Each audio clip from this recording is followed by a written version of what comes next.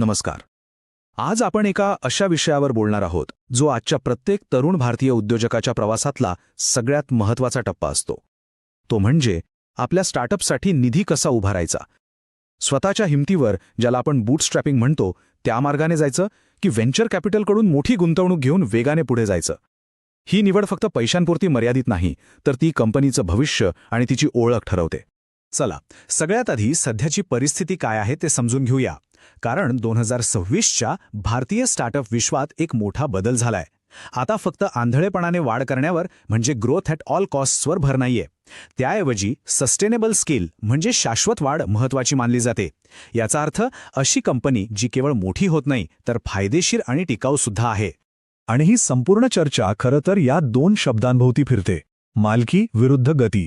तुम्हाला तुमच्या कंपनीवर पूर्ण नियंत्रण हवं आहे का, की बाजारात अत्यंत वेगाने पुढे जायचं आहे? कारण अनेकदा या दोन्ही गोष्टी एकाच वेळी मिळत नाहीत. तुम्हाला एकाची निवड करावीच लागते. तर आजच्या या विश्लेषणामध्ये आपण काय काय बघणार आहोत? आधी आपण या दोन मार्गांमधला फरक समजून घेऊ. मग मालकी आणि गती या दोन्ही वाटा कशा आहेत ते पाहू. एका तिसऱ्या हुशारीच्या पर्यायावरही नजर टाकू. आणि शेवटी आपल्या स्टार्टअपसाठी योग्य मार्ग कोणता हे कसं ठरवायचं यावर बोलू. चला तर मग सुरुवात करूया पहिल्या मुद्द्यापासून. हे दोन मूलभूत मार्ग नेमके आहेत तरी काय, हे अगदी सोप्या भाषेत समजून घेऊया. पहिला मार्ग आहे बूटस्ट्रॅपिंग. आता हे नाव ऐकून गोंधळून जाऊ नका. सोप्या भाषेत सांगायचं तर हा आत्मनिर्भरतेचा मार्ग आहे. म्हणजे बाहेरच्या कुणाकडूनही पैसे न घेता स्वतःच्या बचतीतून किंवा सुरुवातीच्या ग्राहकांकडून मिळालेल्या पैशातून व्यवसाय उभा करणं. यात सगळ्यात मोठा फायदा म्हणजे कंपनीवर 100% नियंत्रण आपलंच राहतं. आणि दुसरा मार्ग आहे व्हेंचर कॅपिटल किंवा व्हीसी. इथे गोष्ट अगदी उलटी आहे. इथे बाजारात अत्यंत वेगाने वाढण्यासाठी मोठ्या गुंतवणूक कंपन्यांकडून भांडवल घेतलं जातं. पण त्या बदल्यात आपल्याला कंपनीची काही मालकी म्हणजे इक्विटी किंवा हिस्सेदारी त्यांना द्यावी लागते. आता आपण मालकीच्या मार्गाबद्दल म्हणजे बूटस्ट्रॅपिंगबद्दल जरा सविस्तर बोलूया. 2026 मध्ये स्टार्टअप जगात एक नवीन विचार खूप लोकप्रिय होतोय. तो म्हणजे युनिकॉर्न बनण्याच्या मागे धावण्यापेक्षा झेब्रा कंपनी बनवा. युनिकॉर्न म्हणजे काय, तर $1 बिलियन पेक्षा जास्त व्हॅल्युएशन असलेली कंपनी. पण झेब्रा म्हणजे अशी कंपनी जी केवळ मोठी नाही तर ती फायदेशीर आहे, टिकाऊ आहे आणि समाजासाठीही काहीतरी चांगलं करते. बरं, हे दोन्ही मार्ग नेमके किती वेगळे आहेत हे आपल्याला या तक्त्यावरून लगेच लक्षात येईल. बघा, बूटस्ट्रॅपिंगमध्ये भांडवल स्वतःचं, मालकी पूर्णपणे संस्थापकाची आणि मुख्य ध्येय नफा कमावणं. याउलट व्हीसीमध्ये भांडवल बाहेरून येतं, मालकी वाटावी लागते आणि मुख्य ध्येय असतं कंपनीचं व्हॅल्युएशन वाढवणं. त्यामुळेच बूटस्ट्रॅपिंगमध्ये निर्णयाचं पूर्ण स्वातंत्र्य मिळतं, तर व्हीसीमध्ये गुंतवणूकदारांच्या बोर्डला प्रत्येक गोष्टीसाठी उत्तर द्यावं लागतं. आता वळूया दुसऱ्या मार्गाकडे, गतीच्या मार्गाकडे. हा मार्ग एका शर्यतीसारखा आहे आणि या शर्यतीत उतरण्याआधी त्यामागचं एक छुपे गणित समजून घेणं खूप खूप महत्त्वाचं आहे. आणि ते गणित आहे इक्विटी डायल्युशनचं. व्हीसीकडून पैसे मिळतात म्हणजे आपल्या कंपनीचा केक मोठा होतो, हे अगदी खरे. पण अनेकदा नवीन संस्थापक हे विसरतात की केक मोठा होत असताना आपला स्वतःचा वाटा मात्र लहान लहान होत जातो.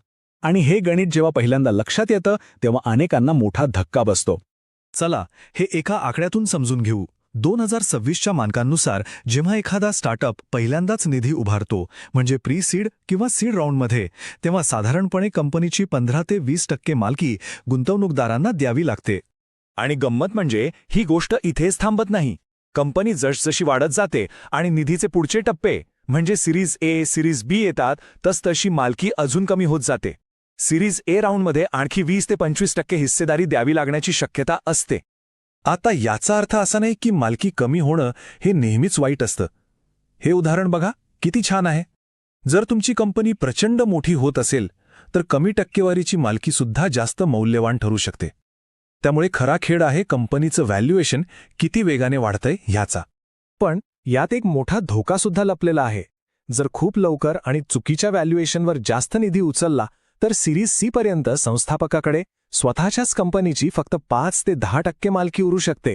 आणि अशावेळी अनेकदा संस्थापकांचा उत्साह संपतो किंवा त्यांना कंपनीतून बाहेरचा रस्ता दाखवला जातो.